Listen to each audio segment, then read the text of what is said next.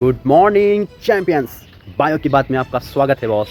तो आइए आज इस वीडियो में हम इकोलॉजी के बारे में बहुत बेहतर समझ रखेंगे और बहुत ही अच्छे तरीके से इकोलॉजी को एक्सप्लेन करूंगा और आप सब बहुत ही अच्छे तरीके से इकोलॉजी के बारे में समझेंगे। तो चलिए इस जर्नी को स्टार्ट करते हैं। अब जो मैं बताने जा रहा हूँ आपको यकीन नहीं होगा, आपके बाहर की जो ये दुनिया है, यानी कि ये जो संसार है, वर्ल्ड है, ये बहुत ही फैशनेबल है।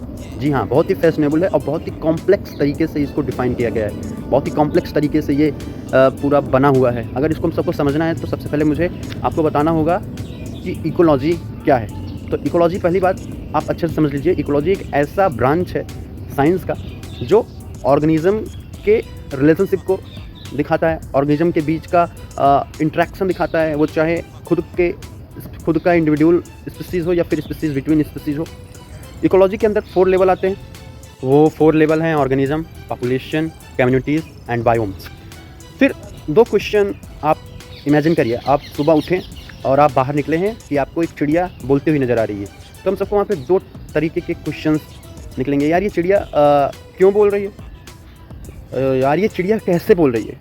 तो सबसे पहले जो कैसे बोल रही वाला क्वेश्चन होगा वो डील करता है कि चिड़िया के अंदर जो वॉइस बॉक्सेस होते हैं वो वाइब्रेट करते हैं, बोन्स, और जब वो बोन्स वाइब्रेट करेंगे तो उनसे जो वेव निकलती है वो हम सबको सुनाई देती है। ये पहला रीज़न हो गया कि कैसे बोलती है। और दूसरा रीज़न होता है क्यों बोलती है चिड़िया, यानी कि उसका मेटिंग सीजन भी चल रहा होगा, क्या पता उसका ब्रीडिंग सीजन चल रहा हो, इसलिए बोल रही है। रात में जो फूल खिलते हैं वो हमेशा सफ़ेद ही क्यों होते हैं, इसके पीछे का भी रीज़न बहुत ही बड़ा है। मधुमक्खियों को कैसे पता होता है कि किन फूलों के पास नेक्टर होता है। इन सब क्वेश्चन आपको भले ही बहुत ही आसान लग रहे होंगे, लेकिन इनके पीछे के साइंस के बारे में आप जानेंगे तो आपको बहुत ही ज़्यादा इंटरेस्ट होगा समझने में कि आखिर इकोलॉजी है क्या, किस लिए इकोलॉजी ज़रूरी पड़ी हम सबको ऑर्गेनिज्म को और बेहतर तरीके से समझने के लिए। यार इकोलॉजी में अगर बात किया जाए तो टेम्परेचर हो गया, लाइट हो गई, सॉइल हो गया, बहुत तरीके के बेसिक नीड्स होते हैं, वो चाहे किसी भी किंगडम की स्पीसीज़ हों, और ये कहीं ना कहीं बहुत ज़रूरी होता है किसी भी स्पीसीज़ के लिए। अगर इसके बिना उनका वर्क ही नहीं हो पाएगा। अगर टेम्परेचर सही से नहीं मिला तो उनके बॉडी में जो एंजाइम्स है वो सही से काम नहीं कर सकते।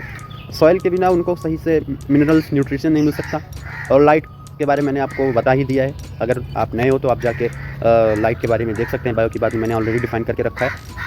अब चलिए हम देखते हैं एक ऐसी चीज़ जो आप सब अपनी आंखों से देखते होंगे। आपने देखा होगा जब कभी गर्मी पड़ने लगती है तो वहाँ से बर्ड माइग्रेट करने लगती है, वहाँ से बर्ड दूसरी जगह जाने लगती हैं, वहाँ से सारी स्पीसीज़ दूसरी जगह जाने लगते हैं। जब कभी बहुत ज़्यादा ठंडी पड़ती है तो कुछ स्पीसीज़ छिप जाते हैं, सो जाते हैं। फिर बहुत ज़्यादा गर्मी पड़ती है तो कुछ स्पीसीज़ सो जाते हैं। ऐसा क्यों होता है? ऐसा होता है वो अपने सर्वाइव के लिए। तो कहीं ना कहीं इसके पीछे एक एवोल्यूशन का भी हाथ है। तो मैंने एवोल्यूशन के बारे में भी बहुत अच्छे से सबको समझा दिया है। तो चलिए आगे मैं आपको और बताता हूँ कि किस तरीके से इकोलॉजी को हम और तरीके से बेहतर समझ सकते हैं।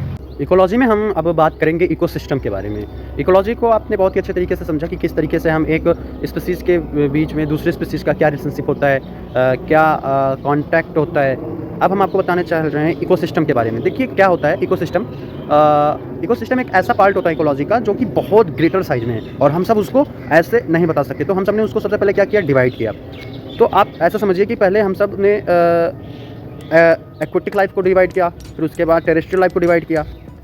स्मॉल पॉन्ड से लेकर लार्ज फॉरेस्ट तक पूरा एक इकोसिस्टम के अंदर ही आता है। तो हम सब ने इसको कैसे डिवाइड किया सुनिएगा। चलिए आपको सबसे पहले मैं इकोसिस्टम के बारे में ही बता देता हूँ। इकोसिस्टम क्या होता है, एक सिंपल सा फंडा है।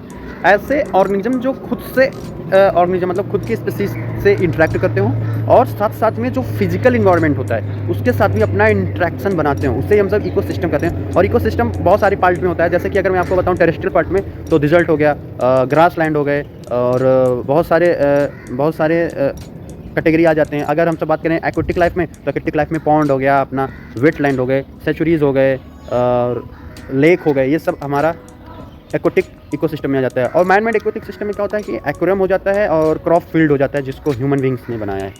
जाएगा कहा तू खुद से बच कर, खड़ा हो पागल सपनों को सच कर, हिम्मत को बना के अपना हथियार, मेहनत की तलवार से करते वार पे वार, काट दे पहाड़ों को निकलेगा रास्ता, जिंदगी ऐसी जी साले बने की दास्ता।